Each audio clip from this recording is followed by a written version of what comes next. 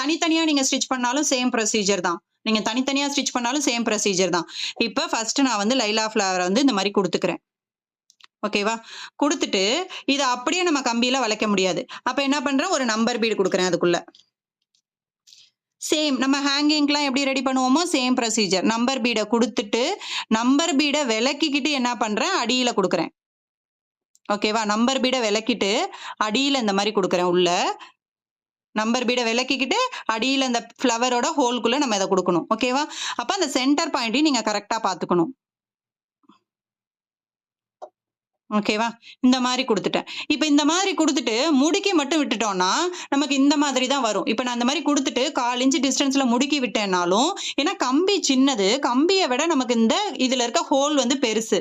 ஓகேவா? அப்ப என்ன பண்ணணும் அப்படின்னு சொன்னா, திரும்ப இந்த ஃப்ளார நான் லாக் பண்ணணும். இப்ப நான் பீட மட்டும் தான் லாக் பண்ணியிருக்கேன் நகராம. ஓகேவா? இப்ப